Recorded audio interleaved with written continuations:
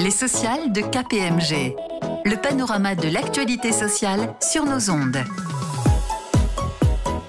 Bonjour à toutes, bonjour à tous. Je suis ravie de vous retrouver pour cette nouvelle édition des sociales de KPMG, le rendez-vous radiophonique spécialement dédié au droit social pour faire le tour de l'essentiel de l'actualité sociale chaque fois que nécessaire et aussi mettre en perspective les changements de l'environnement légal et jurisprudentiel. Nous sommes le jeudi 16 novembre 2023, au micro, Xavier Carcin et Alban Eglinger. Bonjour Xavier. Bonjour Alban, bonjour à toutes et à tous. L'émission d'aujourd'hui sera consacrée aux congés payés. Vous le savez sans doute, la Chambre sociale a, le 13 septembre dernier, rendu plusieurs arrêts retentissants en la matière. Sur le fondement du droit de l'Union européenne, elle a écarté les dispositions du Code du travail qui subordonnaient l'acquisition de congés payés à l'accomplissement de périodes de travail effectifs et jugé que les périodes d'arrêt maladie donnaient droit à des congés payés. S'il n'est pas totalement inattendu, ce revirement constitue un bouleversement pour les entreprises qui se conformaient jusqu'alors aux dispositions du Code du travail. Ces dernières se trouvent aujourd'hui confrontées à des difficultés qu'elles ne pouvaient anticiper en termes de coûts financiers, d'organisation du travail et de gestion contentieuse. Dans la première partie de cette émission, nous allons revenir sur la genèse de ces décisions, en expliquer la teneur et la portée. Dans un deuxième temps, nous allons voir leurs conséquences très importantes pour les entreprises qui doivent immédiatement se conformer à ces décisions et qui risquent d'être confrontées à de très nombreuses demandes de régularisation de la part de salariés et d'anciens salariés.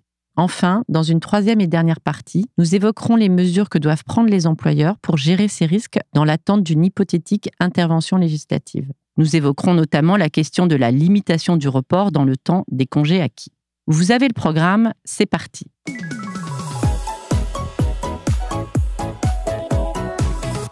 Pour bien comprendre la portée des arrêts de la Chambre sociale du 13 septembre dernier, il faut commencer par expliquer, Xavier, qu'en droit français, le droit au congé payé constitue un droit au repos, rémunéré par l'employeur, qui s'acquiert en contrepartie de l'accomplissement d'un travail accompli par le salarié. En effet, Alban, le texte de base est l'article L3141-3 du Code du travail qui prévoit que chaque salarié a droit à 2 jours et demi de congés payés par mois de travail effectif. Selon ce texte, seules les périodes effectivement travaillées sont susceptibles d'ouvrir droit à congés payés. Les périodes d'absence, et notamment les arrêts de travail pour maladie, ne donnent en principe pas droit à une telle acquisition. Le Code du travail prévoit des exceptions pour certaines périodes particulières dont la durée est assimilée à du travail effectif pour la durée des congés. Il en va ainsi des périodes d'absence consécutives à un accident du travail ou à une maladie professionnelle, mais seulement dans la limite d'1 an. Au-delà d'1 an, si le salarié est toujours en incapacité de travail, les absences ne sont plus assimilées à du temps de travail effectif et ne font pas naître de droit à congé. Cette conception des congés payés comme un droit au repos acquis en contrepartie de l'accomplissement d'un travail effectif ne paraît, de prime abord, pas illogique. En quoi cette situation est-elle susceptible de concerner et même de heurter le droit européen ? Une directive du 4 novembre 2013 qui fixe des prescriptions minimales de santé et de sécurité en matière d'aménagement du temps de travail prévoit que tout travailleur a droit à des congés annuels payés d'une durée minimale de 4 semaines. Chargée de donner une interprétation uniforme de cette directive, la Cour de justice de l'Union européenne a été interrogée à plusieurs reprises sur la question de l'incidence des périodes d'absence sur ce droit à congé. La CJUE estime que ce droit minimal à 4 semaines de congés annuels n'a pas seulement pour objet de permettre à celui qui a travaillé de se reposer, mais également de permettre aux travailleurs de bénéficier d'une période de détente et de loisirs.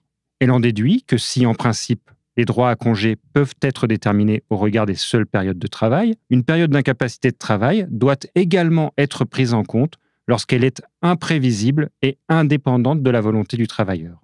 Elle juge donc, depuis des arrêts de 2009 et 2012, que la directive s'oppose à une réglementation nationale qui ne permet pas l'acquisition de droits à congés payés en cas d'arrêt maladie. Malgré des critiques, la CJUE a depuis toujours maintenu sa position.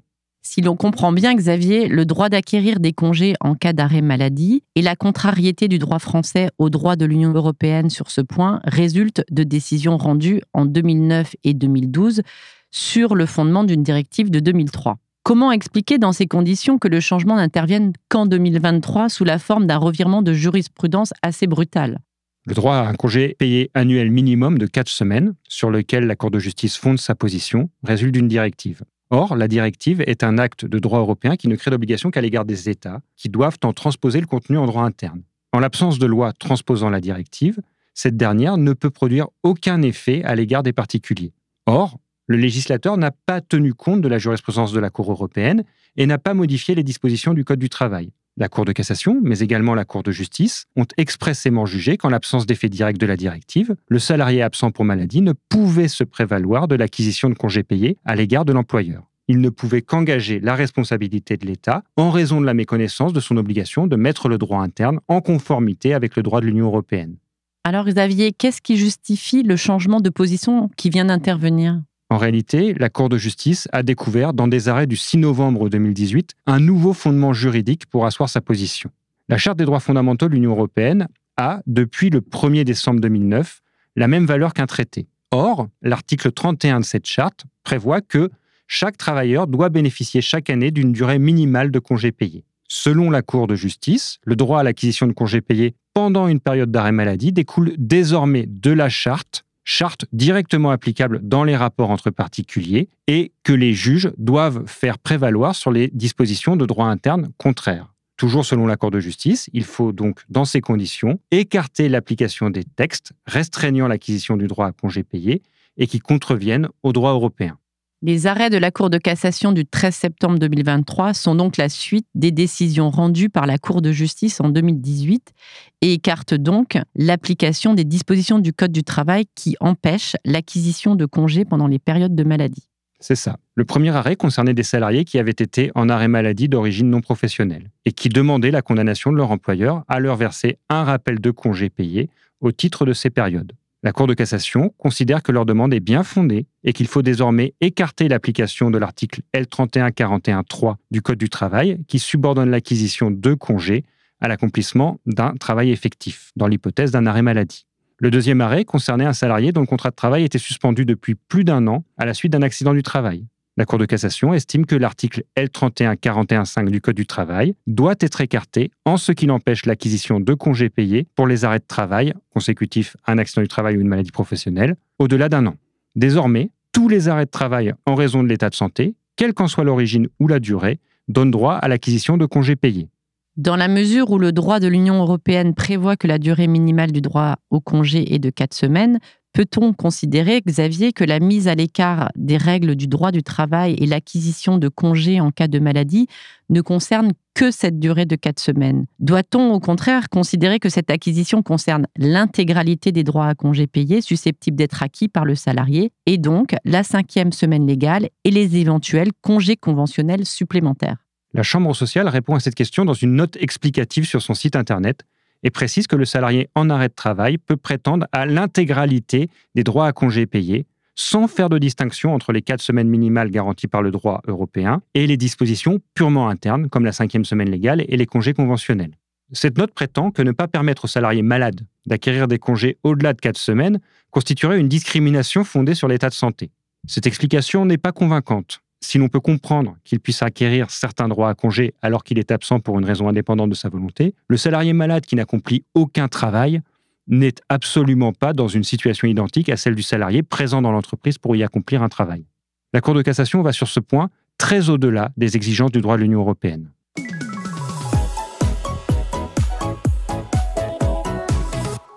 Après avoir présenté les décisions, venons-en maintenant aux conséquences de ces arrêts. Celles-ci paraissent d'emblée considérables. Le coût potentiel est très significatif pour les entreprises. À titre indicatif, le MEDEF a, sur la base d'un calcul théorique, évalué ce coût à près de 2,7 milliards par an pour les seules entreprises privées. De manière immédiate, toutes les entreprises doivent prendre en compte la nouvelle jurisprudence pour la gestion des arrêts de travail en cours et à venir. Elles doivent notamment modifier leurs pratiques et les paramétrages de leur logiciel de paye pour tenir compte de cette nouvelle acquisition de droits à congés payés.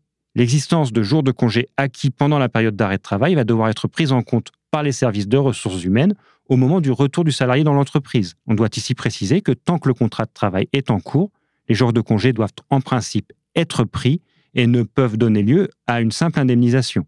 Par ailleurs, cette acquisition augmente considérablement le coût des ruptures du contrat de travail. On pense ici aux licenciements pour inaptitude, qui font suite à une longue période d'arrêt de travail. Le montant de l'indemnité compensatrice de congés payés va désormais être très élevé. Enfin, la décision a une incidence considérable sur les contentieux en cours. Les salariés et leurs conseils modifient leurs demandes et plusieurs juridictions de fond ont d'ores et déjà accordé d'importants rappels de congés en application des nouvelles règles dégagées par la Cour de cassation. Cette question des contentieux en cours conduit à s'interroger sur l'application dans le temps de ces nouvelles règles. Peut-on envisager que celles-ci ne s'appliquent qu'aux situations en cours ou à venir, ou faut-il envisager les situations passées ? Dans la mesure où il s'agit d'un revirement de jurisprudence, la nouvelle solution s'applique en principe tant aux situations à venir qu'aux situations passées. Contrairement au Conseil d'État, la Cour de cassation ne décide que très rarement de différer l'application de ces revirements de jurisprudence dans le temps. Elle ne le fait en pratique que dans l'hypothèse de changements en matière de procédure qui n'étaient pas prévisibles lorsqu'ils ont pour effet de priver le justiciable de son droit au recours. Elle ne le fait jamais en matière de reconnaissance d'un droit de créance. La Cour de cassation n'a pas, dans ses arrêts du 13 septembre, indiqué qu'elle entendait moduler dans le temps les effets de sa décision. Et il est très improbable qu'elle le fasse. La nouvelle solution concerne donc l'acquisition de congés payés au cours des périodes d'arrêt maladie passées, sous réserve que les droits du salarié ne soient pas considérés comme prescrits. Toutes les entreprises font ou risquent donc de faire face à de nombreuses demandes de régularisation. La question des congés acquis à l'occasion d'arrêt de travail est aujourd'hui systématiquement inscrite à l'ordre du jour des réunions du CSE. Pour permettre aux entreprises de répondre aux demandes, il faut donc déterminer la prescription applicable. Or, Xavier, la question ne paraît pas simple. La question va faire l'objet de débats nourris dans les mois à venir. Jusqu'à présent, tous les arrêts rendus par la Cour de cassation en matière de délai de prescription concernent l'indemnité compensatrice de congés payés versée aux salariés dont le contrat de travail est rompu. La Cour de cassation considère traditionnellement que cette indemnité a une nature salariale et est donc soumise à la prescription en la matière qui est aujourd'hui de 3 ans. Il n'existe aucune décision relative à la prescription d'une demande de rappel de jour de congé de la part d'un salarié qui est encore dans l'entreprise. Toutefois, s'agissant de cette situation, il faut signaler qu'il existe depuis 2013 un texte, l'article L. 1471-1 du Code du travail, qui prévoit que toute action portant sur l'exécution du contrat de travail se prescrit par 2 ans. L'acquisition de jours de congé a trait à l'exécution du contrat de travail et l'on pourrait donc penser que la prescription applicable en la matière est de 2 ans. Avant même la détermination de la durée de la prescription se pose celle de son point de départ. Sur ce point absolument déterminant, un 3e arrêt rendu par la Cour de cassation jette le trouble et conduit à se demander si une prescription a pu courir antérieurement aux arrêts du 13 septembre 2023. En effet, Alban, on doit d'abord préciser que les congés payés doivent être pris chaque année au cours d'une période déterminée. Le point de départ de l'action en justice relative à des rappels de droit à congé est donc, en principe, l'expiration de la période au cours de laquelle ces congés auraient dû être pris. Toutefois, comme vous l'avez relevé, la Cour de cassation a le 13 septembre rendu un 3e arrêt en matière de congés payés qui concerne précisément les conditions dans lesquelles l'employeur est admis à opposer la prescription à une demande du salarié. S'inspirant là encore d'une jurisprudence de la Cour de justice de l'Union européenne, elle a jugé que l'employeur ne pouvait se prévaloir de la prescription en matière de congés payés que s'il justifie d'avoir accompli les diligences qui lui incombent légalement afin d'assurer au salarié la possibilité d'exercer effectivement son droit à congé. En d'autres termes, la prescription ne court pas si l'employeur n'a pas respecté son obligation de mettre en mesure le salarié de prendre ses congés. Le problème, Xavier, est que la Cour de cassation n'a jamais défini la nature des diligences dont est légalement tenu l'employeur en la matière. Cela pose une réelle difficulté s'agissant de la prescription des congés susceptibles d'avoir été acquis au cours de périodes d'arrêt de travail antérieures aux arrêts du 13 septembre 2023. 2 thèses vont nécessairement s'affronter. D'un côté, celle des employeurs, qui auront mis en œuvre chaque année les dispositions relatives à la détermination des périodes de congés payés de chaque salarié. Ces employeurs feront valoir que, nonobstant l'absence de jours accordés au titre des périodes d'absence, ils ont respecté les diligences légales mises à leur charge et sont donc bien fondés à invoquer la prescription. De l'autre côté, la thèse des salariés consistera à faire valoir que l'employeur ne les a pas informés de l'acquisition de congés au cours des périodes d'arrêt de travail, acquisition à laquelle ils n'avaient pas droit en l'état du droit antérieur aux arrêts de la Cour de cassation. Ils vont soutenir qu'ils n'ont par définition, pas été mis en mesure de faire valoir leurs droits à ce sujet et qu'aucune prescription n'est susceptible d'avoir couru. Si l'on suit cette 2e thèse, aucune prescription ne va jamais pouvoir courir dans les contentieux relatifs à l'acquisition de congés payés. C'est un peu une négation du concept même de la prescription. À supposer qu'aucune prescription n'a pu courir, cela veut-il dire que les demandes de rappel de congés peuvent porter sur une période illimitée ou existe-t-il au contraire une borne temporelle ?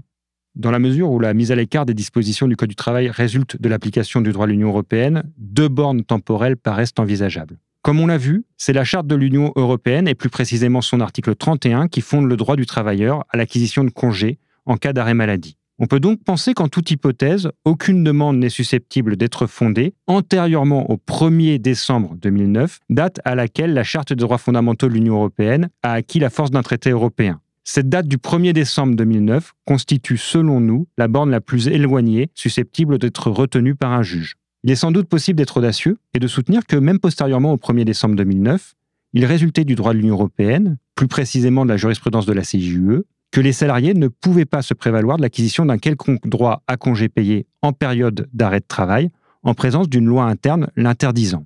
Jusqu'aux arrêts du 6 novembre 2018, la CJUE considérait qu'on ne pouvait écarter de telles dispositions légales et que le salarié ne pouvait qu'engager la responsabilité de l'État. On pourrait donc faire valoir que l'existence d'un droit à l'acquisition de congés payés directement invocable par le salarié à l'égard de l'employeur n'existe que depuis les arrêts du 6 novembre 2018 et que les salariés ne peuvent pas se prévaloir d'un droit antérieurement à cette date. La définition de la période susceptible de donner lieu à des rappels de congés payés au titre des périodes d'arrêt de travail va donc donner lieu à des débats nourris. On en est donc réduit, à l'heure actuelle, à émettre des hypothèses.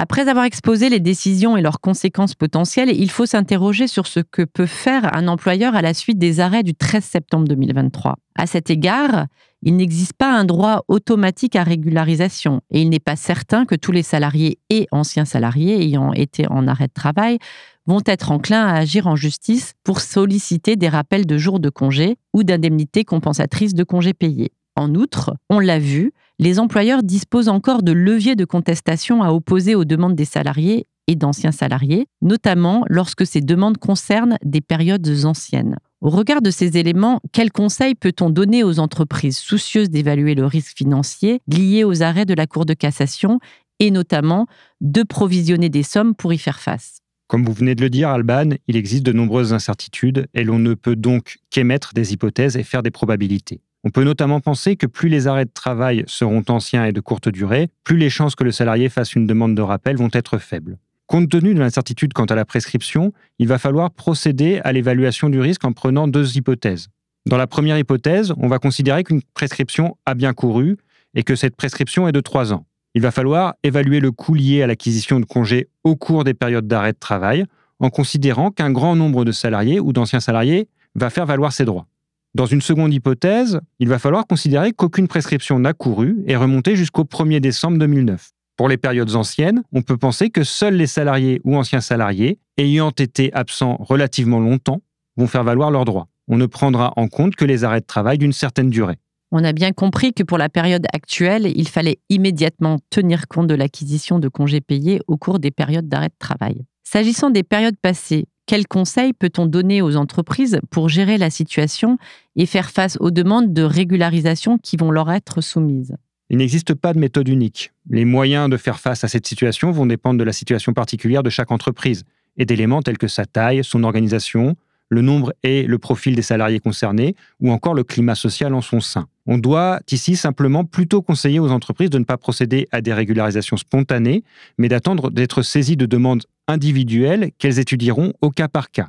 Il est cependant opportun de déterminer en amont une politique de traitement des demandes et de définir des lignes directrices, s'agissant notamment des dates à compter desquelles les droits à congé seront considérés comme éteints. Si l'entreprise dispose de représentants du personnel et que le climat social le permet, il peut être envisagé de définir cette méthode de gestion des demandes par la voie d'une concertation ou d'un accord collectif. En toute hypothèse, dans un but de sécurisation et pour éviter tout contentieux, on recommande de formaliser la régularisation opérée par un accord transactionnel conclu avec le salarié concerné.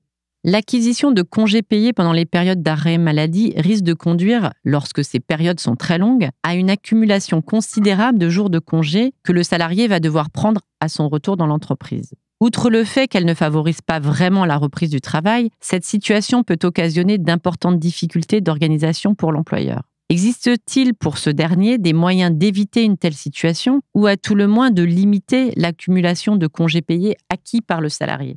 Cette question du report des congés payés acquis et qui n'ont pas pu être pris est une question cruciale pour les entreprises à la suite des arrêts du 13 septembre. La Cour de justice a rendu plusieurs décisions sur ce sujet. Elle estime qu'au-delà d'une certaine durée, le report de congés payés non pris est dépourvu d'effets positifs et que l'accumulation illimitée de droits à congé par le salarié en incapacité de travail ne correspond pas aux finalités du droit à congé. Elle considère par ailleurs qu'il convient de protéger l'employeur contre une telle accumulation illimitée et les risques qu'elle fait peser sur l'organisation du travail. Pour ces raisons, la Cour de justice considère que les dispositions du droit de l'Union européenne relatives au congé annuel minimum ne s'opposent pas à la mise en place d'une limitation de la durée du report et l'extinction des droits à congé au-delà d'une certaine durée. La Cour de justice renvoie au droit interne s'agissant des modalités de mise en œuvre d'une telle durée maximale de report. Elle pose pour seule limite que cette durée ne soit pas trop courte. Selon la Cour, elle doit être significativement supérieure à 12 mois. La CJUE a donc estimé qu'une durée maximale de report de 9 mois était trop courte. Elle a en revanche considéré qu'une durée de report de 15 mois était admissible. Peut-on se prévaloir d'emblée, Xavier, au regard de cette jurisprudence, d'un délai de report maximum de 15 mois ? Là encore, la question va faire l'objet de débats. Le Conseil d'État, interrogé sur la mise en œuvre des dispositions du droit de l'Union européenne relatives au congé annuel dans la fonction publique, a fait preuve de pragmatisme et a jugé qu'en l'absence de dispositions législatives ou réglementaires fixant une durée maximale de report des congés payés non pris, il fallait appliquer une durée de 15 mois. La Cour de cassation a adopté une position différente. Si elle a admis qu'une durée maximale de report pouvait être mise en place, elle a jugé qu'en l'absence de toute norme en ce sens, il n'appartenait pas au juge d'appliquer spontanément une durée maximale de report de 15 mois. Cette position pourrait être réexaminée par la Cour de cassation à la suite des arrêts rendus le 13 septembre 2023 afin d'en atténuer un peu la portée.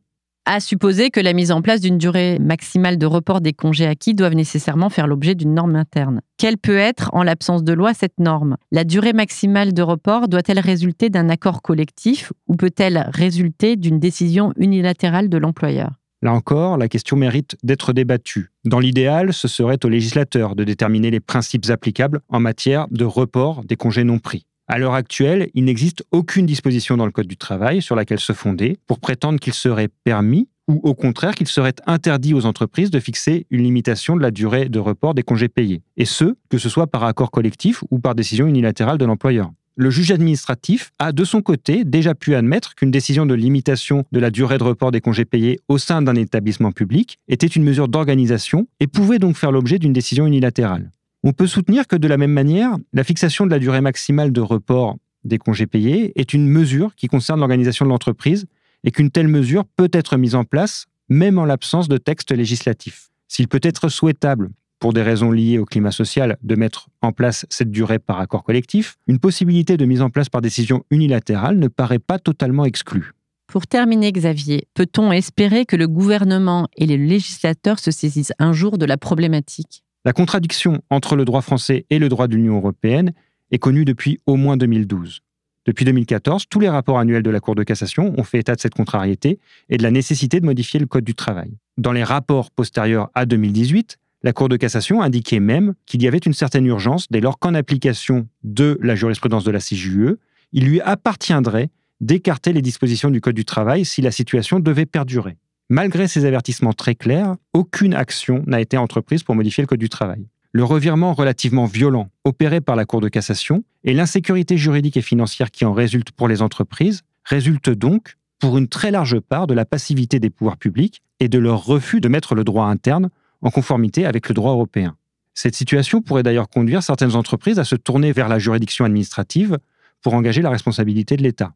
Si une intervention législative ne réglera pas tout et ne concernera que l'avenir, il reste opportun que le législateur se saisisse de la question pour mettre le Code du travail en conformité avec le droit européen et pour régler un certain nombre de questions importantes, notamment celle de la durée des congés susceptibles d'être acquis en cas d'arrêt maladie et celle de la limitation de la durée du report des congés non pris. Un projet de loi portant diverses adaptations du droit de l'Union européenne a été présenté au Conseil des ministres du 15 novembre.